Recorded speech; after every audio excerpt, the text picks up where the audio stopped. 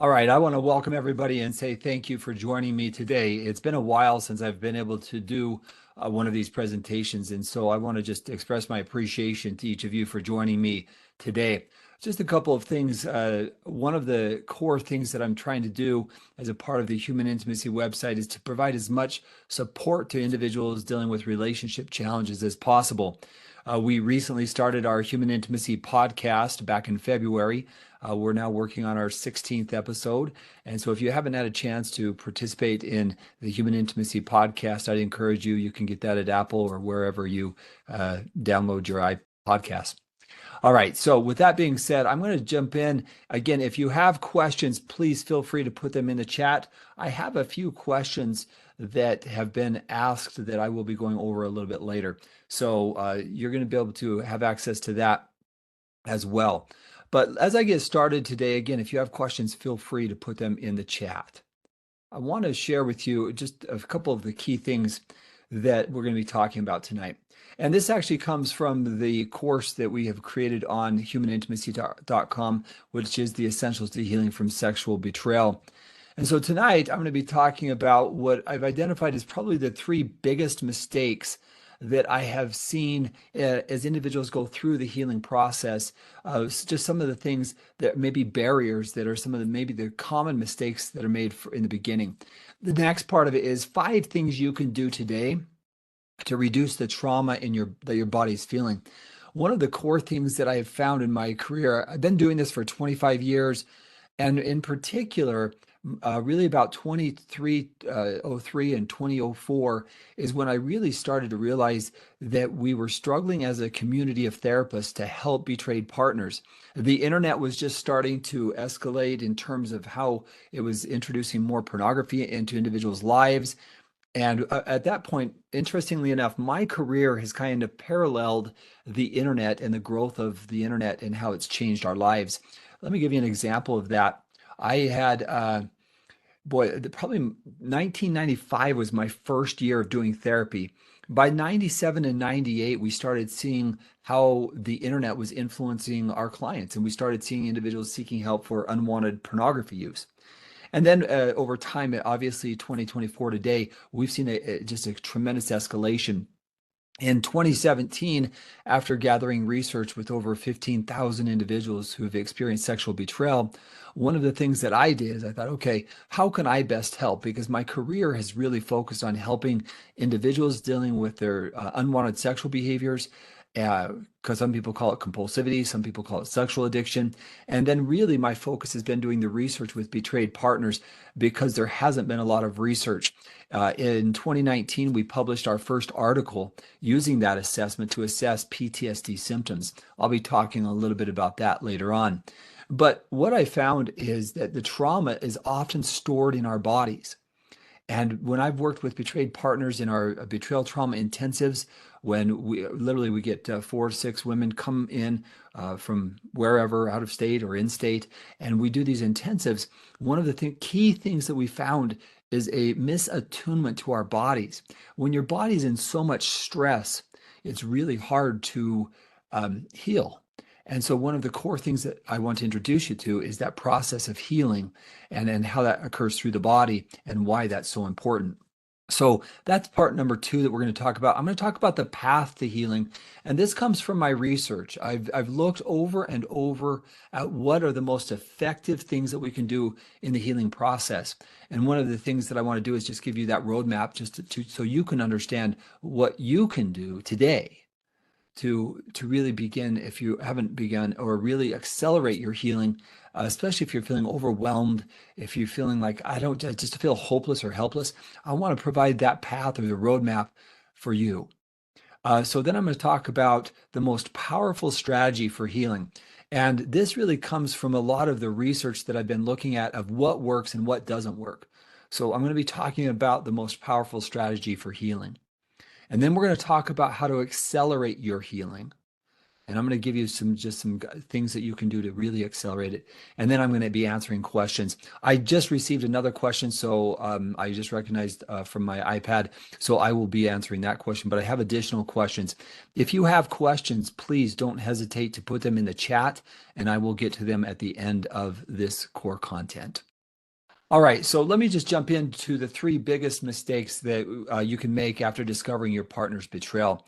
And one of the core things that I found is many individuals, even just this last week, I was talking with a group. We were doing our betrayal trauma intensive, and I was just talking with the individual. And for over 20 years, this female, she had not talked with anybody other than her spouse who had betrayed her. So for 20 years, she carried this. Her family didn't know, her friends didn't know, her coworkers didn't know. And as we started talking about the ripple down effect of that suffering in silence, uh, she began recognizing and teared up and started crying. I've been dealing with this all by myself for so many years. And here she is sitting with a group of women, feeling heard and feeling understood, maybe for the very first time over 20 years. And really, that was a transformative experience for her. So, the first thing that I believe is probably one of the biggest mistakes that individuals make after discovering their partner's sexual betrayal is they suffer in silence for way too long. I've heard cases of 20 and 30 and 40 years. So, the biggest mistake that I believe that happens is we suffer in silence and we don't talk with others. The second, actually, interestingly enough, is not actually what you're doing. It's that you're getting information that's actually bad advice from people who don't really ring true with what you are experiencing. Let me give a couple of examples of that. I began looking at research. I was just what I've done throughout my career. Just if you don't know me, my approach is to educate people about the betrayal trauma so they can understand. And in order for me to do that, I've been gathering research on sexual betrayal for over 25 years. And so I really emphasize just learning and learning because I need to learn.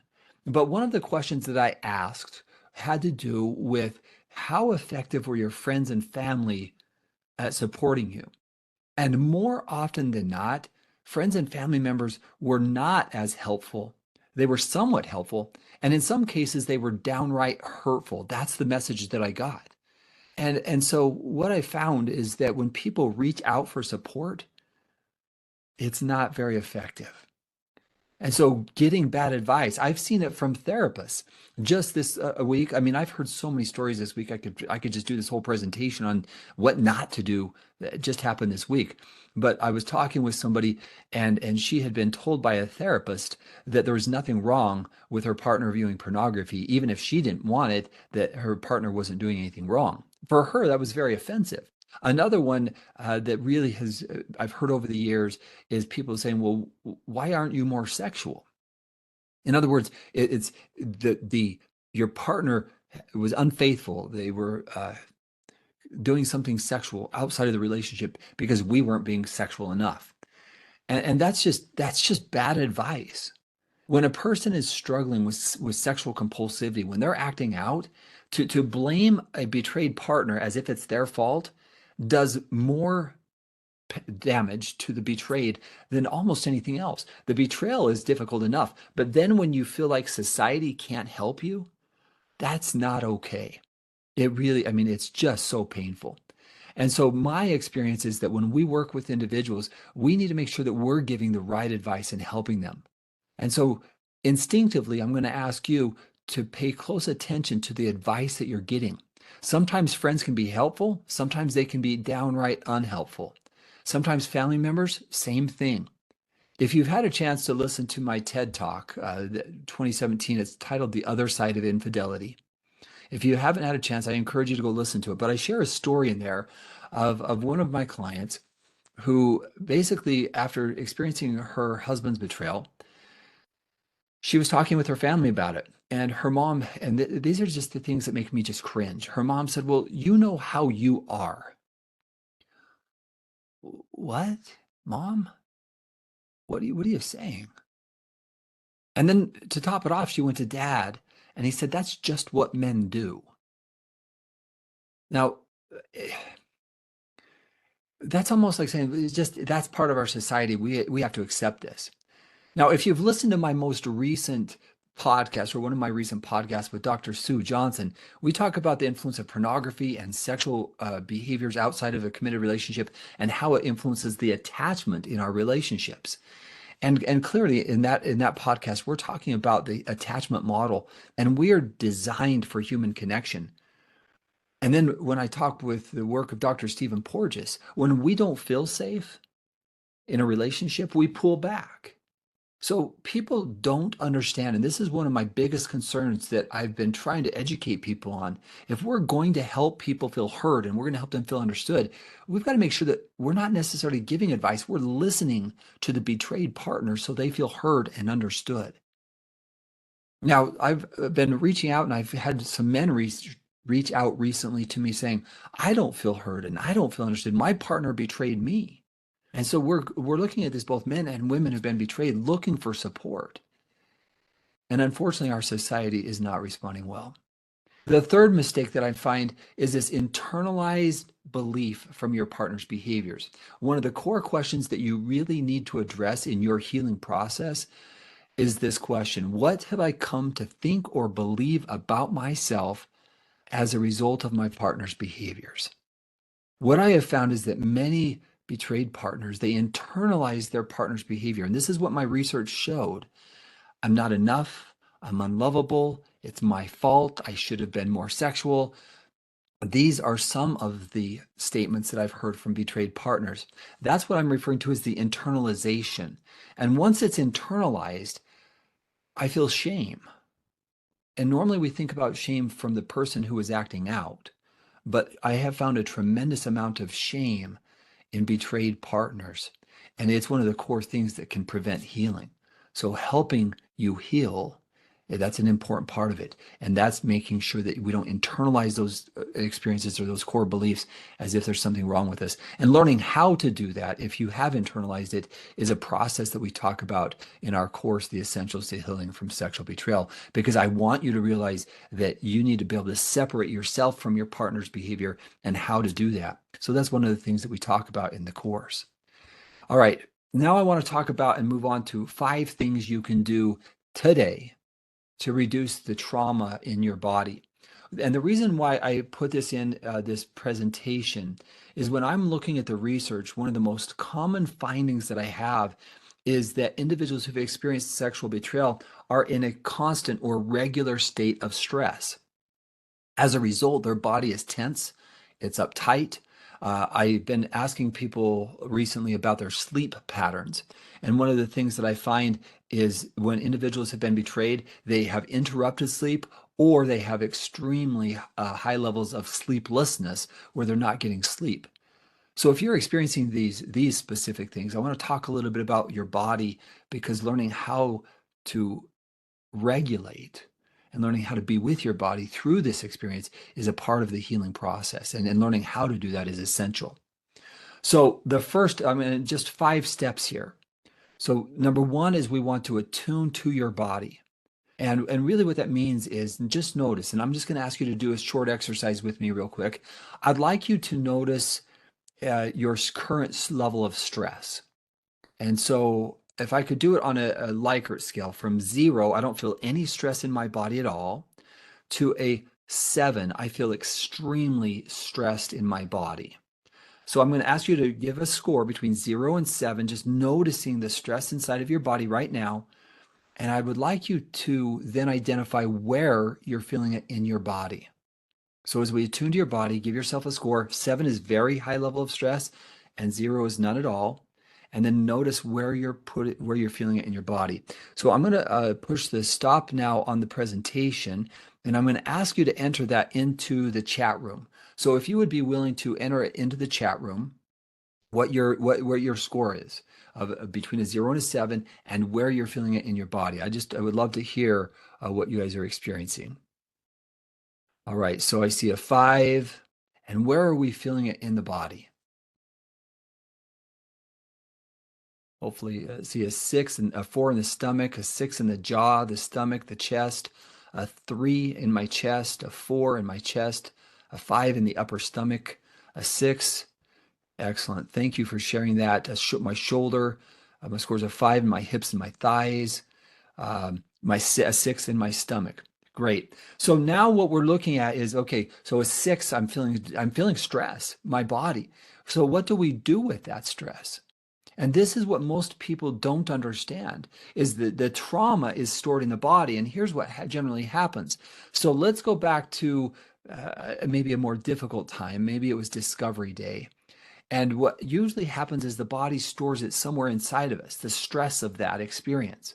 So it may be that I threw up, or it may be that I got a tension headache and I feel it in my neck and in my upper shoulders and my head.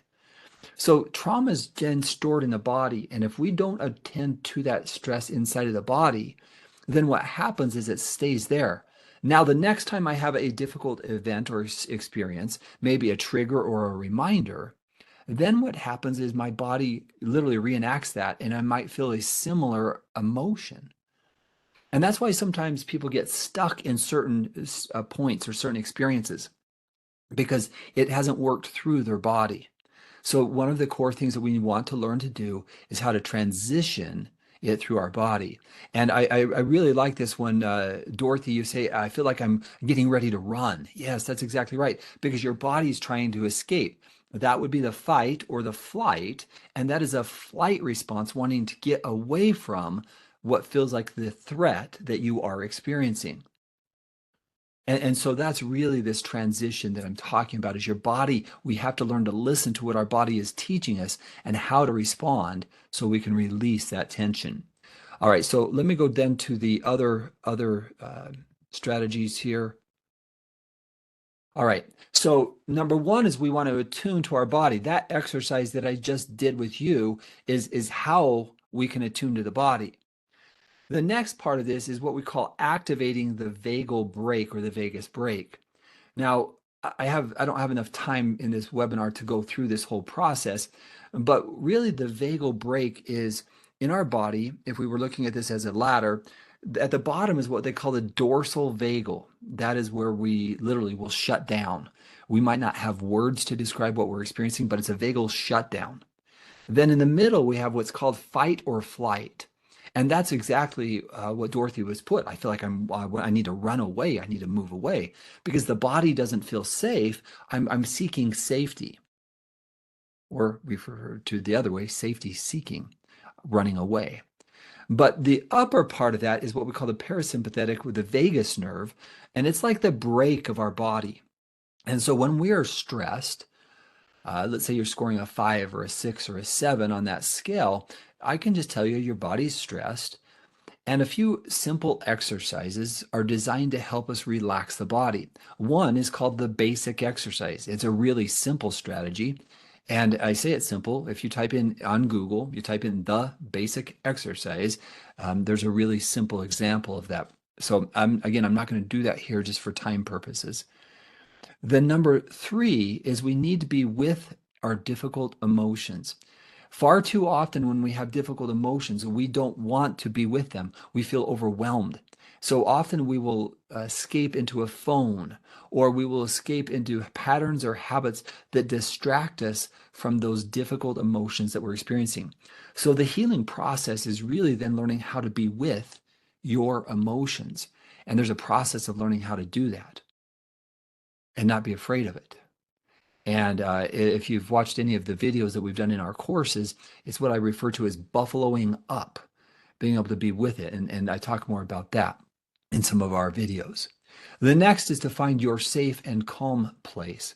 This could be a bedroom. It could be in the mountains. It could be by the beach. It could be in a park. But one of the critical things that we have found is that we need to be able to find a safe and a calm place for us. So if you're going to listen to the body, you really need to be able to say, where is my safe place? A calm place for your body. What's interesting, this process is actually true for the person who is acting out as well. And the reason why is because even in a craving or a time of vulnerability, having a safe and a calm place to go to can actually help prevent a relapse. So learning how to do that is an incredible part of this journey. And then finally is paying very close attention to what your body's telling you. I love what Dorothy said. I feel like I need to run. So learning to listen to what your body is telling you. There is a whole sequence of attuning to the body so you can listen. And when you feel tightness or tension, learning how to do some exercises to release that tension. Peter Levine, he actually said, we don't talk trauma out. And this is an interesting thing because I'm a talk therapist. But when we do trauma work, we learn to listen to the body. And one of the final steps in something like EMDR, eye movement desensitization and reprocessing, is actually learning to let it release from the body.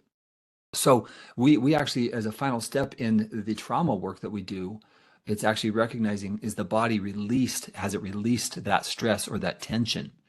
And that's a clear indicator that you're making progress when you can find your safe place, and you can release that internal tension that you are experiencing. Learning how to do that in relationships is also important. If you've been in any of my classes, I talk about what's called the Zeigarnik effect. The Zeigarnik effect is when we store trauma in our body or we don't finish stories. So the Zeigarnik effect, in essence, is I'm trying to finish something, but my body can't. My mind can't. So then it's stored inside of me and it's not finished. So after sexual betrayal, the body typically stores the trauma, but because it's trying to make sense of it and it doesn't know how to, then it stores that tension or tightness in it. So being able to release that tension, I'll give you an example of this. There are times where I've actually had clients, and this is probably one of the more profound stories that I've experienced, is when a betrayed partner was so hurt, and she said, I just want to punch him. I just want to punch my husband. Now, in my office, I've got pillows. And so I said, okay, I know that this is important for releasing it. So I actually had him hold up the pillows tight, and she just started, she was just punching. And as she looked at him, he started just crying because for the first time he was actually feeling that internal rage or anger from her and realizing the pain that he had created. And she started seeing his tears. And all of a sudden she started crying. And it was one of those moments where it released that built up internal tension that she was feeling. So learning how to let the body release it is a skill. One of the things that we're working on the Human Intimacy website is a course by Lauren Hatchett. She actually just did our upcoming podcast with us where she's talking about how to attune to your body. And she's going to be doing an online course where you just learn to do a yoga where you're learning to listen to your body. So that's going to be another course that's available here on Human Intimacy. All right, now I want to talk about the path to healing. But before I do that, I just want to push a pause button real quick and see if there are any questions about what we've talked about so far. Um, anything specifically any questions from learning to listen to your body? And I'll just take a quick pause here for a second.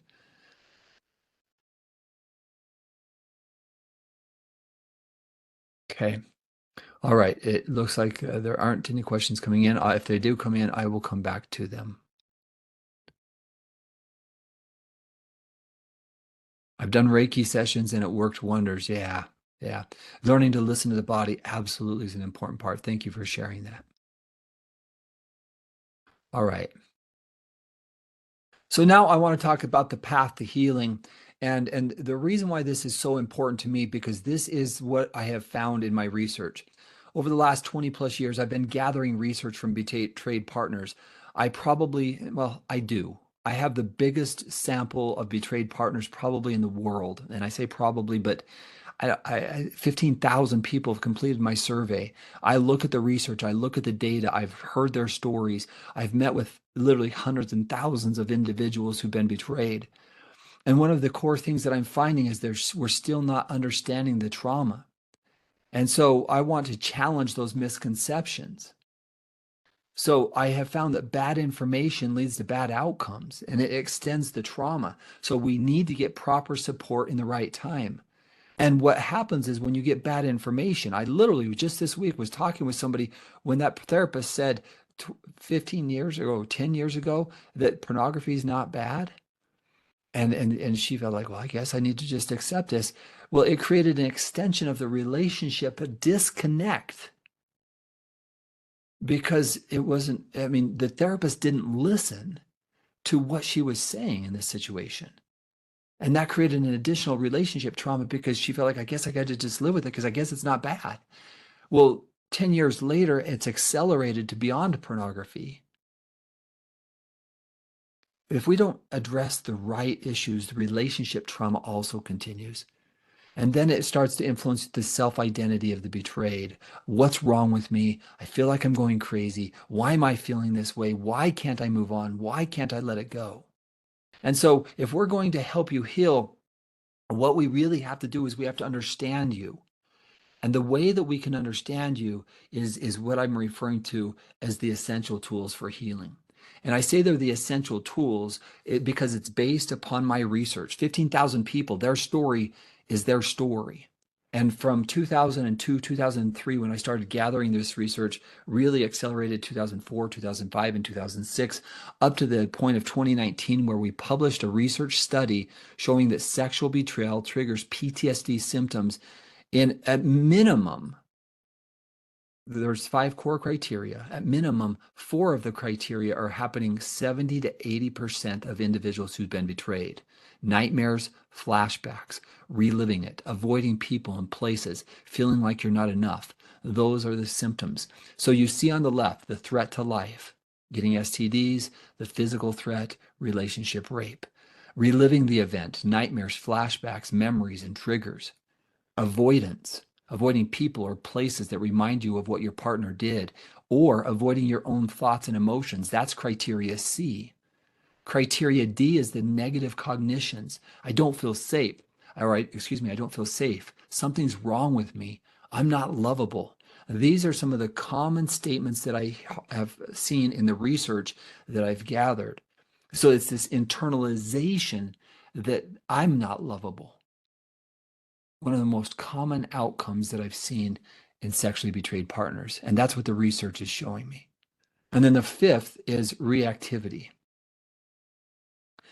anger, the racing mind, self harm, suicidal thoughts, and ideation. That's the emotional reactivity because the brain is racing. It's not slowing down because it no longer feels safe.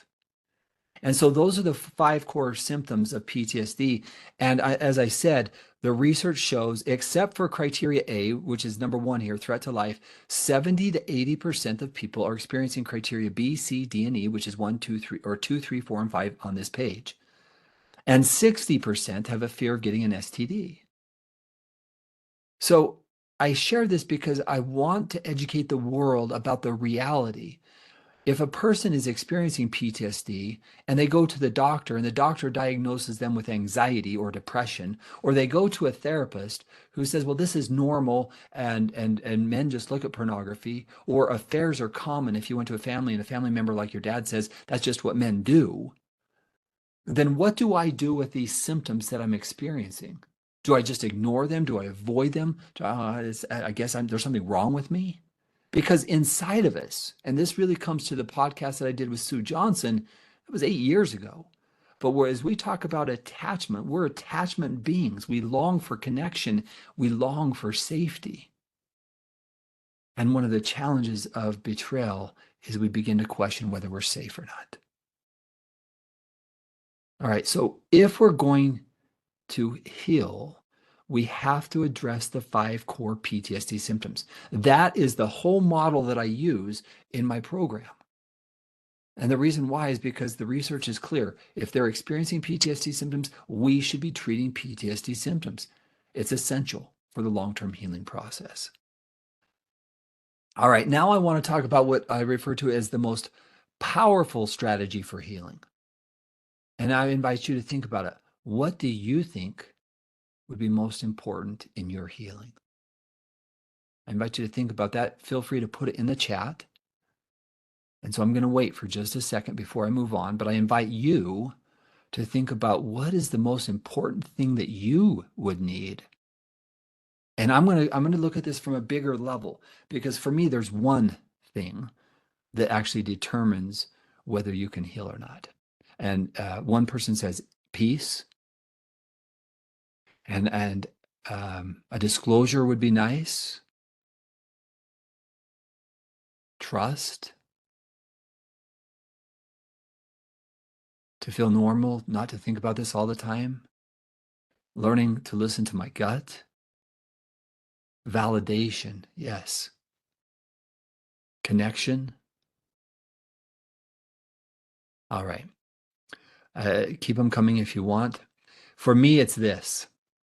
It's finding your place of safety.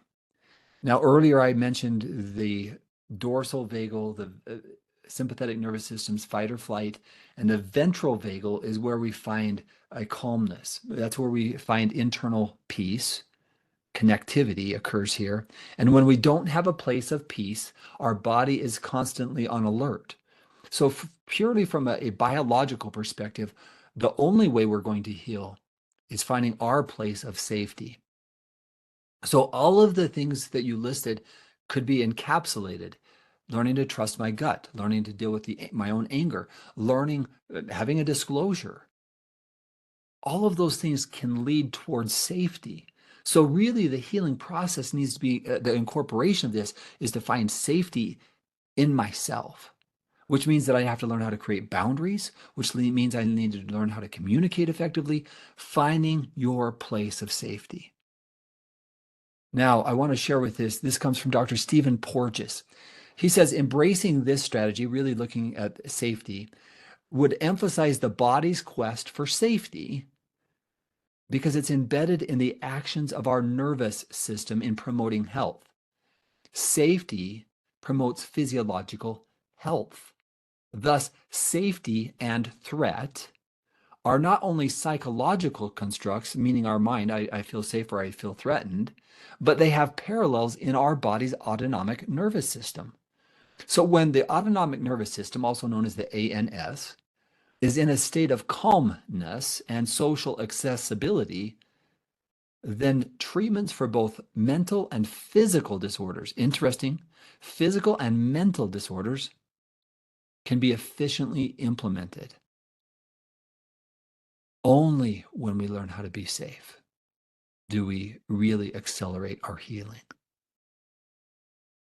So we might think we want our partner to do something, but ultimately we need to be able to find that safe place within us to create the protective boundaries if necessary. So safety is a part of this healing journey. And if it's not present, then social bonding is not possible.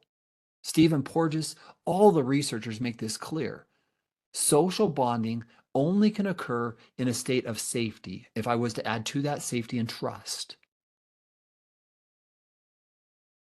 So continue on. In a contrast, when the autonomic nervous system is in a state of defense or vulnerability, then it is an antagonist state that blunts the effectiveness of treatment. In other words, I can't be as effective as a therapist if I can't help you create a place of safety and calmness.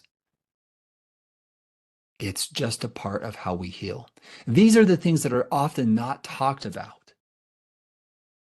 But this is how we heal. I try to explain everything that I do from a scientific perspective because that's what works. When I work with individuals, what happens is they begin to recognize, oh, this is what's happening inside of me. I'm not going crazy. I'm feeling these things. I'm feeling validated. I don't feel crazy anymore. Now, what can I do to heal this mind and this body? So many betrayed partners feel so overwhelmed.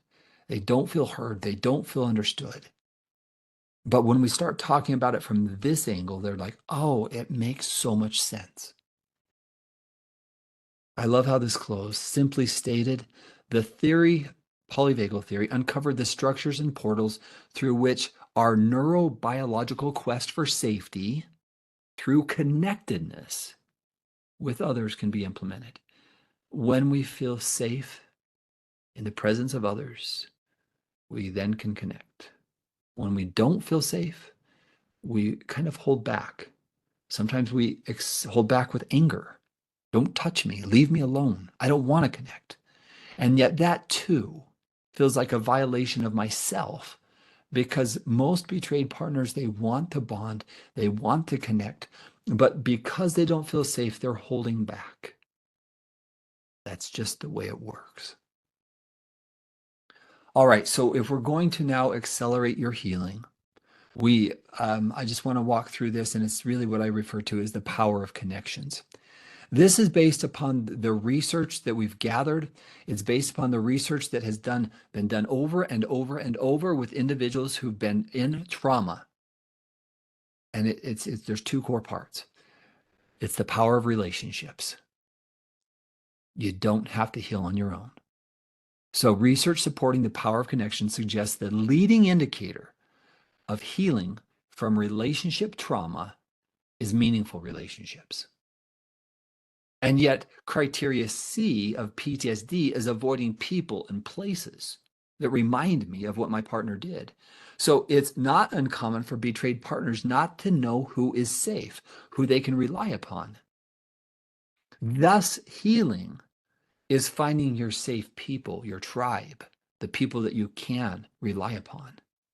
So researchers found two core parts. One, if you have individual support, and two, if you have group support, then your overall mental health increases.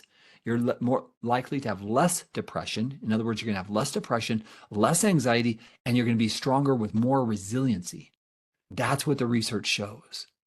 You don't have to do it alone. Now, I want to go through to answer a couple of questions. So this is the time I'm now going to transition into questions that have been asked by individuals. So I'll just read those real quick. This person says, because of the Human Intimacy podcast, I finally found a therapist in my area. Fantastic. So good. I'm excited for you. My question has to do with the feeling shame for not getting over it or holding a grudge. I am still with my husband of 14 years, but betrayal and trauma associated has been a part of our marriage on and off since 8 months in. I'm still dealing with the repercussions of betrayal. In the healing process, how do I know if I'm holding on to the trauma rather than just still dealing with it? Part of it is learning to listen to your body. The way that you are going to know that you're holding on to it is your body is going to feel that tension or tightness, in particular, in the presence of your partner or when something triggers you. The physical manifestation will be through your body.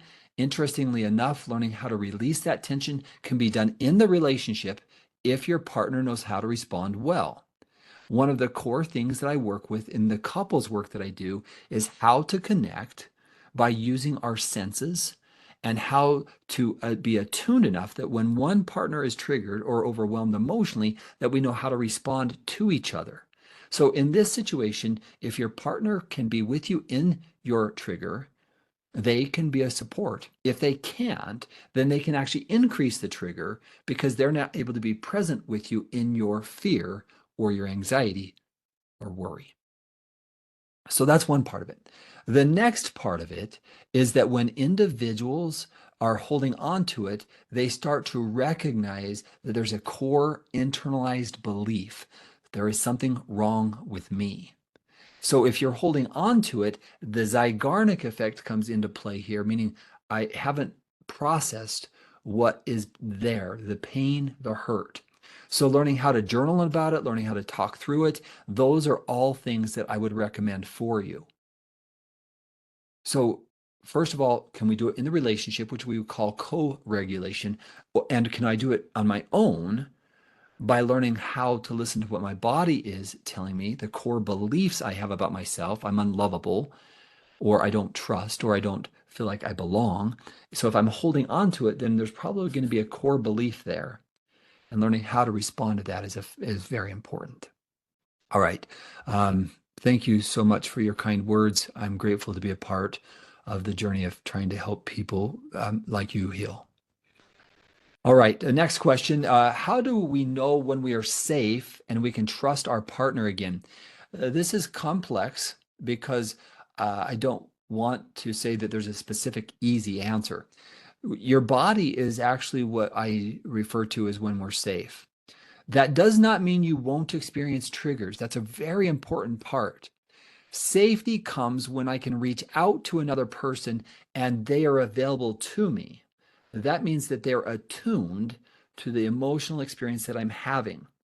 If that is the case, then your body's what we call neuroception, meaning I can determine that I'm safe in your presence, can help you heal. So your partner learning to be there with you in your pain, which is what we role play with the men that we work with in our groups, because if they can learn how to be present with you in your pain and hold you in it, that can accelerate the relationship healing and your healing. That's actually how I answer your next part of your question of how can you trust your partner again, is that when they learn to be present with you in your pain, not running from it, not hiding from it, taking ownership, taking accountability, expressing their awareness of the pain that you feel and owning it. I did that. You didn't deserve it. That's my mistake. And you didn't deserve that. Those are the things that we start to look for. It's the ownership. And for many people, it's consistency over time. They become more transparent. They do things like disclosures. They're opening up. They're not afraid to talk. Because as they go through this process, they realize that you deserve truth. And so that's what we look for in the long-term process. It's not always easy. The process of a disclosure takes time. The process of going through what we refer to as emotional restitution, being able to identify how I gaslight and how my behaviors have hurt you. In my most recent book, Rebuild Your Relationship After Sexual Betrayal, that's a book that I published about 6 months ago, I write about gaslighting and how it needs to be addressed in relationships. All right, so that's that part of the question. And then your question is, when is it time to leave a relationship? I can't give you very specific times or experiences. My experience is usually this. People generally get to a breaking point when they can't do it anymore, when they've put their heart and soul into it and they don't see their partner changing. More often than not, it's a continuation of gaslighting. It's a continuation of psychological warfare where I'm blaming, I'm accusing. That's what gaslighting is. And I'm really not taking accountability. I have seen individuals make progress, acknowledge a relapse, but even in the acknowledgement, we see a progress because they're not hiding behaviors. So usually I would say if a person continues to hide their behaviors, they continue to gaslight, they continue to blame, to ridicule, to put down, there's never acceptance for those things in a healthy relationship. It's not possible. So when it's time, you start to feel it, and ultimately, I have found over time there's a breaking point. Something happens where you just feel overwhelmed and it's like, it's enough. I can't do it anymore. But I can't give you a specific time frame. I've seen people get to the threshold on the brink of divorce, and all of a sudden something shifts and changes significantly, and the person who's been acting out finally wakes up, which is a real hard part for the betrayed. It's like, why are you finally waking up? It actually makes me even angrier that you're now doing it now when I'm walking out the door. I've seen cases like that where people wake up and come back, and because they've realized, what am I doing? And it takes time, but I've seen couples from that heal. I've seen it when individuals just come to themselves and realize, I want to be a better person. I don't want to act out this way. That's not who I want to be. So I've seen that. So it's really hard for me to say a specific time. Those are just some of the general thoughts that I have there. All right, let me see. There was one other question that I had that I want to make sure that I address. This came in, so I don't have it up here on the screen, but I'm going to summarize it real quick. We've been married 44 years. I stayed knowing I didn't want to raise my kids in a single parent home. It's far from what I was hoping and what I expected when I was younger and stronger. Um, it wasn't until retirement that my husband decided to come clean and tell me the choices he'd been making for 4+ decades. Now, we've worked through a lot of things. We've talked to more than 2 years than we did the entire marriage. So we've been talking a lot, except for I'm not happy. I was lied to and betrayed my entire adult life. Information was kept from me that would have changed my decision to marry him. And now I've grown children and 5 grandchildren. I'm not going anywhere. I've pulled away from most everything and everyone. I'm married to a fraud who spent 4 decades using me and making me a fool of me. He wants to make things better now, and I say, sure, all the rest is gone. Why wouldn't you? Sorry. So here's my question. What can I do with all this anger? And why do I keep carrying his shame? That's two interesting questions there. I would be angry too. I think everybody listening would be angry. So I want to just validate that. But you're asking a different question. How do I let it go? Because it's not me. That's what I hear you saying. It's not me. So the process of letting it go is a multi-stepped process. First of all, we got to learn to give it a voice. In the course, The Essentials to Healing from Sexual Betrayal, I have a whole section there on just this topic of anger and how we let the anger flow through us and how we make sense of the anger and why it's so essential. Our culture doesn't do well with anger. So learning to be in an environment where you can really let the anger flow and let make sense of it is really a critical place. So learning how to be in an environment where you can be authentic with your anger, that's going to be essential for you and your healing. The next part of it is why am I carrying his shame? I would invite you to write it in a journal why you think you're carrying his shame. But ultimately, shame is actually can be an internalized belief about self. So you may feel like there's something wrong with you, like you're not smart enough or you're stupid. If you've internalized his behavior, you may be talking to yourself that way. And there's a whole section on dealing with your shame that we have to address because if we don't deal with the betrayed partner's shame, it's harder for you to heal or harder for betrayed partners to heal. All right. Thank you for taking time to ask your question. Let's see. Do I have any other questions? Uh,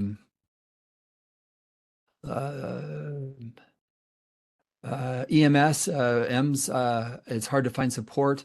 You know what? I'm going to hopefully address that question for you in a second. Um, does the tension release happen all at once, or is it done over time as your self-reliant skills increase? Interestingly enough, you can physiologically feel a release, but it doesn't necessarily mean that it's completely gone, another stressful event. But we can have what we call glimmers of or moments of time where we feel it release over our bodies. So yes, it can happen in a moment, and it can happen continuously, gradually as we develop the skills. So that's a really good question, Dorothy. All right. Are there any other questions that you have this evening? Um, if husband will do couples therapy but not personal or groups, is this going to be enough? I guess it depends. I don't know the answer to that question because it really depends on where they've been acting out, their history and their story. It's hard to do couples work when you don't understand the depth of where individuals have been. So you really need to do an assessment and a proper evaluation of the behaviors. And if that's been done, then yes, couples work can be good and can it be enough? Yes, if they are doing the other parts of it. But that preliminary work is really an important part of the recovery and the healing process. And it's going to be, you're going to really probably, you'll do better with that kind of information. So yeah, I think you want that kind of information. Do I do online couples therapy? This is the part where I'd like to now share with you guys an opportunity. Is not necessarily therapy. I do group support and I do educational courses, and that's what I would like to now introduce to you guys as a way. If you found tonight helpful, let me now walk through with you what I can do to help you, regardless of where you're living. And so I'm just going to share that part, and if you've got additional questions, I will answer those questions. So let me just quickly share with you a couple of things. Um, First and foremost, let's see. Let me go here. Let me walk through the program that I've created. This is the opportunity for support and guidance, and it's what is finding hope after sexual betrayal. It's what I refer to the essentials to healing from sexual betrayal. So there's a 5-part series here. So one is I believe we have to assess the PTSD symptoms. This is my whole approach. We need to assess the PTSD symptoms so we're not misdiagnosing them, we're not misunderstanding. Once we do that assessment, one of the things that I'm now doing is one-on feedback to give you feedback on the assessment that you've taken. And so what that looks like is it's a 30-minute appointment with me where I actually go through your results with you. and we create a healing plan for you to focus on the areas of PTSD that you're experiencing. The next part of it, because the research shows that it is helpful and it is one of the more important things for healing, is we provide an online group. And I have limited space for this because I don't want the group to be too big. But these are groups that are available. No more isolation. If you want to heal, you need group support. And I'm doing an online group right now that we're just getting ready to finish. And some of them are going to be continuing on. It's been phenomenal. I literally we've got people from all over the country. It's been an incredible experience. The next part of that is video guidance. And that's where I have over 40 videos walking through the PTSD symptoms and how to deal with anger, how to deal with that lack of feeling of safety, how to create boundaries, how to deal with your triggers. And all of those are embedded in these videos. And then we actually have specific activities in this course where you can actually go through, you can journal, you can watch these, and then you can participate in a drop-in group with me or Andrea Rowley, where you can actually participate in these drop-in groups. You can record answers and do assignments that are given to you. So that is actually one of the core things that I've been working on, just because I want to make sure that we are offering support based upon the model that I've created. All right, now I want to walk you through one more thing, and here's again, this is the final part that I would like to share with you, and this is kind of what it looks like. We have a lot of courses here, but on the Human Intimacy website, we have a whole host of courses. We have Test Your Relationship. This is for couples who are really want to assess the challenges in the relationship and get a report. So we have Test Your Relationship. We have a drop-in group for healing from unwanted sexual behaviors. So I'm doing an online group related to that. We also have for individuals who have been divorced, Rebuild Your Life After Divorce. I have a course that I do, How to Communicate When You Don't Know What to Say, where I do a monthly webinar. I have additional support. This is Essentials to Healing from Sexual Betrayal. We have the Relationship Dilemma with Dr. Dave Robinson, where couples are questioning, can we make it, can we not? A course to go through. I also have right here is the Treating Sexual Addiction. It's a 100-day course. These are all courses that are available to you on the Human Intimacy website.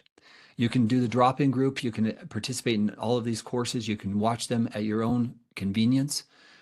What we have is a subscription model. And if I share that with you, if you go to the very beginning of the chat today, I actually incorporated that in there so you can actually learn. There's a chat there. It is $150 a month. You have access to everything that we offer. You can do the drop-in group. You can go through the content, the Essentials to Healing from Sexual Betrayal, and it's right there in that if you're interested. We would love to have you guys join us for the subscription model. If you just want to do one course, then that is this course right here. It is the Essentials to Healing from Sexual Betrayal. We're going to be starting that group or continuing that group, and it's going to be on Tuesdays. There's also a drop-in group with Andrea Rowley if you want extra support, so you can have group support. That's one of the biggest challenges that I've found that betrayed partners have, is they don't have the support that they're looking for. So that's what I have to offer. The $150 a month is something that I have found. We're trying to make it as reasonable as possible. That price will probably be going up in August once we get a certain amount. So the group support on Tuesdays is at 1 p.m. Eastern time or 11 o'clock Mountain time. And then Andrea Rowley's group is at 7 o'clock. Well, it depends on which time zone. It's Monday evening. So those groups are available to you. And again, I would invite you to join us if you can and if you would like extra support. Okay, do you have other questions tonight that I can address for you? The question, do I recommend that the betrayer watch these courses, and are there courses specifically for betrayers to learn about betrayal? Yeah, when we talk about the courses, I've had individuals read my book. I've had them go through the course content, on Test Your Relationship, how to strengthen your relationship. That's going to be starting. I'm going to be doing that. That's going to be on Mondays, where I'm going to be doing a group where you're going to go through Test Your Relationship. It's the 11 core categories that I've identified that hurts relationships. relationships or that helps. And so you're going to take an assessment, you'll get a report, and then we're going to go week by week through each of those sections, working to help strengthen your relationship skills so you can connect. And that's all a part of the subscription model. Um, all right. When does it start? Everything starts June. So the group support will be on the first week in June. The test your relationship will be on the Monday of June, which is, I believe, June 10th. Yeah. So June 10th will be that time. Again, these are things that right now what I should also mention that I haven't mentioned, when you do the subscription plan, you're going to get access to 4 experts, not just me. Dr. Dave Robinson, he specializes in treating anxiety and depression and helping family members deal with family members with chronic illness. So he's going to be doing a monthly webinar. Amy Andrus is going to, if you individuals are divorced or going through a divorce, she has a course for that. And Amy Andrus will be doing a monthly. So every month you're going to get Dr. Robinson, Amy Andrus, Marianne Michaelis, who's done one on communication, and myself. So every week you'll have access to one of the 4 of us related to this areas that we specialize in.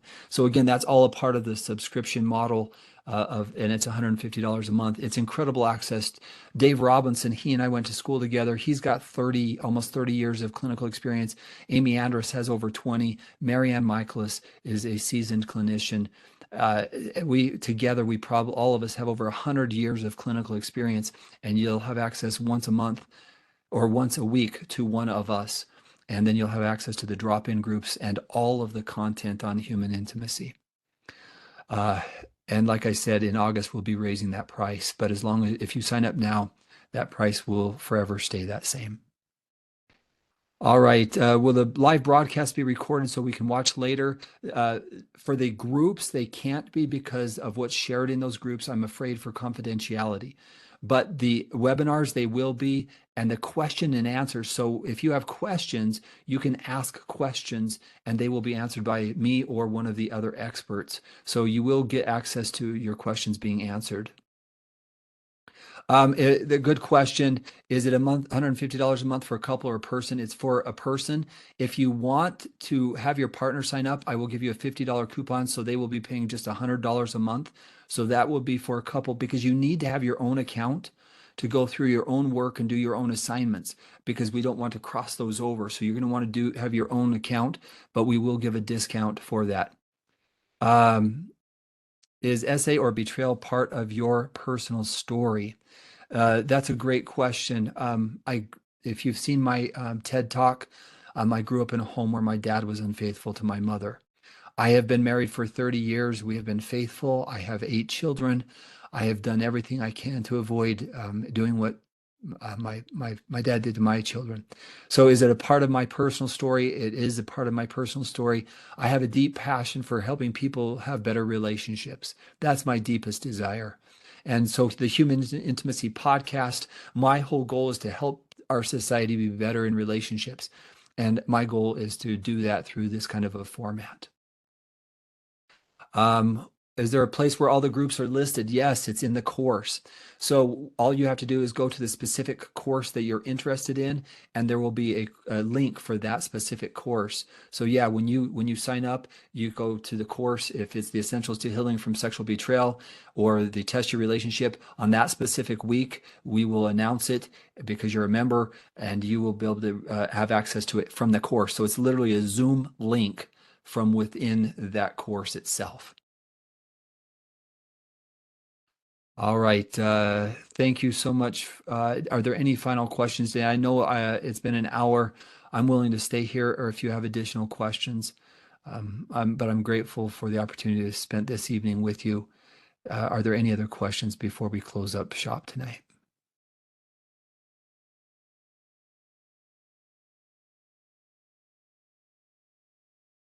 All right. Dorothy, thank you. Ems, thank you. And Maureen, thank you. All right. May each of you be blessed. I appreciate you taking the time to be with me tonight. Those of you who are watching this, I know many of you weren't able to make it tonight. If you have any questions, if any of you have any questions, you can email me directly at questions@humanintimacy.com. Don't hesitate. If you aren't listening to the podcast, please do. Please share it with your friends and others. Um, I just, the more we can share this, hopefully we can have better relationships. All right. Thank you guys so much, and may you be blessed. And Dorothy, I'm glad it was helpful, and may you guys be blessed. Thanks very much for your time.